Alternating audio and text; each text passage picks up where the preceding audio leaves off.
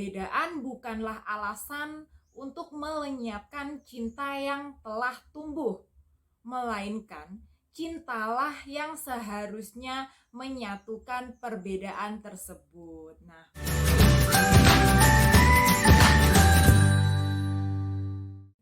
Assalamualaikum warahmatullahi wabarakatuh. Selamat datang di YouTube channel saya, Nika Tias Novitasari.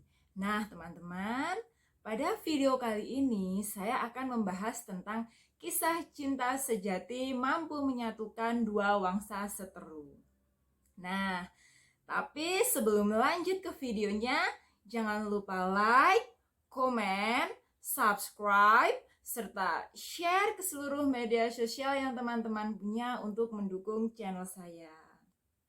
Nah, tadi saya sudah menyebutkan bahwa kita akan membahas tentang kisah cinta sejati mampu menyatukan dua wangsa seteru. Nah, kira-kira siapa yang akan kita bahas? Baiklah teman-teman, pertama-tama saya akan bertanya, teman-teman pernah dengar gak ya tentang kisah cinta Romeo Julietnya tapi versi Jawa? Nah, jika belum, kalian harus simak cerita kisah cinta sejati antara Rakai Pikatan dan Pramodawardhani yang sering disebut sebagai Romeo dan Julietnya versi Jawa. Baiklah teman-teman, sebelum kita lanjut ke jalan ceritanya, alangkah baiknya kita mengenal terlebih dahulu. Siapa sih sebenarnya Rakai Pikatan dan Pramodawardhani ini? Mengapa ceritanya dapat menjadi selegendaris ini? Nah, kita mengenal dulu yaitu Rakai Pikatan. Nah, Rakai Pikatan ini adalah pangeran dari Wangsa Sanjaya, penguasa kerajaan Mataram kuno utara dan menganut agama Hindu Shiva. Kemudian siapa Pramodawardhani? Pramodawardhani adalah putri mahkota dari Samaratungga, penguasa Mataram kuno selatan. Nah, berasal dari Wangsa Shailendra dan menganut agama Buddha. Nah, dari perkenalan kita tadi, teman-teman sudah paham ya siapa Rakai Pikatan dan siapa Pramodawardhani. Yang sekali lagi akan saya tekankan adalah Rakai Pikatan ini berasal dari Wangsa Sanjaya dan menganut agama Hindu Shiva. Kemudian Pramodawardhani ini berasal dari Wangsa Shailendra dan menganut agama Buddha. Seperti itu ya teman-teman. Kemudian mengapa ceritanya ini disebut sebagai kisah cinta menyatukan dua wangsa seteru? Nah teman-teman, sebenarnya dari Wangsa Sanjaya dan Wangsa Shailendra ini sudah saling berseteru dan bersaing dalam waktu yang cukup lama untuk menguasai Mataram kuno secara penuh. Jadi masing-masing wangsa ini bersaing untuk menguasai Mataram secara penuh. Sampai pada akhirnya Rakai Pikatan ini menikahi Ratu Pramodawardhani sebagai upaya untuk menyatukan dua wangsa, yaitu Wangsa Sanjaya dan Wangsa Shailendra ini agar tidak berseteru merebutkan kekuasaannya di Mataram kuno. Seperti itu teman-teman. Nah, lantas bagaimana Rakai Pikatan yang berasal dari Wangsa Sanjaya dan beragama Hindu Shiva dapat menikahi Pramodawardhani yang berasal dari Wangsa Shailendra dan beragama Buddha, padahal dari dua wangsa ini saling berseteru. Nah, ini yang bagian yang menurut saya sangat menarik. Pada waktu itu tentunya tidaklah mudah bagi Rakai Pikatan. Rakai Pikatan yang berjiwa besar rela mengabdikan dirinya kepada wangsa lain, yaitu Wangsa Shailendra. Rakai Pikatan ini rela mengabdikan dirinya kepada Samaratungga. Nah, meskipun di dalam hati si Rakai Pikatan ini mungkin masih ada rasa dendam atau bagaimana, tetapi si Rakai Pikatan ini berusaha mengesampingkan rasa tersebut. Dan sebaliknya, bagi Samaratungga juga tidaklah mudah menerima pengabdian Rakai Pikatan ini secara terbuka. Mengapa? Karena ya memang sudah lama ya mereka berseteru, dan bagaimana bisa dengan mudahnya si Samaratungga menerima pengabdian Rakai Pikatan. Tetapi di sini yang sangat menarik adalah Raja Samaratungga ini menerima Rakai Pikatan untuk mengabdi kepadanya dengan alasan yaitu panariman ing garis pepesten, yang artinya menerima yang seharusnya diterima secara garis nasib. Nah, akhirnya dengan alasan panariman ing garis pepesten tadi, Samaratungga menerima pengabdian dari Rakai Pikatan. Oh iya, di sini Samaratungga ini adalah ayahanda dari Pramodawardhani ya teman-teman. Jadi sekali lagi saya ingatkan bahwa Samaratungga ini adalah ayahanda dari Pramodawardhani. Nah, di sini Rakai Pikatan berusaha mengambil hati atau membuat kepercayaan dari Samaratungga ini kepada Rakai Pikatan. Sampai akhirnya Rakai Pikatan ini mampu meyakinkan Pramodawardhani untuk menjadi istrinya. Sebesar itu loh teman-teman, pengorbanan Rakai Pikatan. Ia rela mengabdikan dirinya kepada wangsa lain yang itu bisa dibilang adalah saingannya. Jadi di sini bisa saya simpulkan bahwa perjuangan Rakai Pikatan ini cukuplah besar ya teman-teman, dan pada akhirnya mendapatkan cinta dari Pramodawardhani.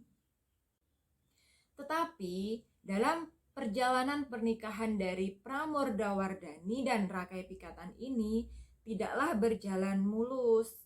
Mengapa demikian? Karena pernikahan mereka berdua ini ditentang oleh Bala Putra Dewa.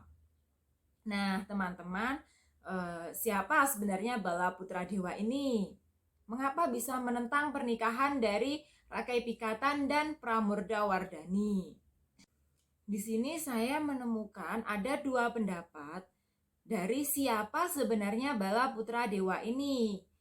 Di pendapat yang pertama menyebutkan bahwa Bala Putra Dewa ini adalah adik dari Pramodawardhani yang juga merupakan anak dari Samaratungga.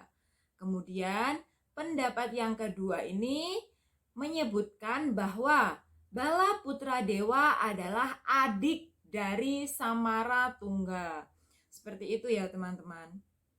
Nah, Bala Putra Dewa ini menentang pernikahan dari Rakai Pikatan dan Pramodawardhani. Mengapa demikian? Karena Bala Putra Dewa ini merasa dia juga berhak atas kekuasaannya di Kerajaan Mataram kuno. Mengapa? Karena jika Pramodawardhani menikah dengan Rakai Pikatan, otomatis yang akan memerintah di Kerajaan Mataram ini adalah Rakai Pikatan. Karena Pramodawardhani ini adalah seorang ratu. Jadi kemungkinan besar yang akan menjadi rajanya ini adalah Rakai Pikatan. Oleh karena itu, Bala Putra Dewa menentang dengan keras. Tetapi pada akhirnya penentangan atau pemberontakan dari Bala Putra Dewa ini dapat dipadamkan oleh Rakai Pikatan dan Pramodawardhani ya teman-teman. Yang mengakibatkan Bala Putra Dewa ini melarikan diri ke Sriwijaya. Nah, di sini teman-teman, yang membuat saya lebih takjub lagi dengan kisah cinta mereka adalah dari bangunan peninggalannya yang masih dapat kita lihat sampai saat ini. Yang pertama adalah Candi Plaosan yang terletak di Kecamatan Prambanan di Kabupaten Klaten, Jawa Tengah. Adalah bukti nyata peninggalan sekaligus bukti cinta dari Rakai Pikatan dan Pramodawardhani yang mampu menyatukan sekat perbedaan. Nah, Candi Plaosan ini dibangun oleh Rakai Pikatan yang beragama Hindu Shiva untuk istrinya Pramodawardhani yang beragama Buddha. Candi ini sebagai bukti cinta Rakai Pikatan kepada Pramodawardhani. Sebegitu besarnya cinta mereka sampai mendirikan sebuah bangunan yang begitu megah, yaitu Candi Plaosan. Itu bangunannya sangat megah loh teman-teman. Nah, di sini mungkin quotes atau kata-kata yang cocok untuk kisah cinta mereka adalah mungkin seperti ini.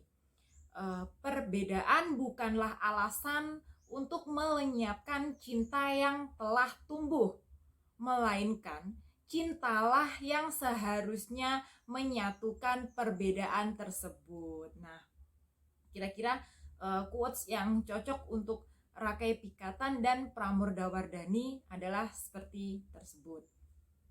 Nah, sumber mengenai pernikahan dari Rakai Pikatan dan Pramodawardhani ini juga terdapat di pintu masuk sebelah kanan dan kiri dari Candi Plaosan.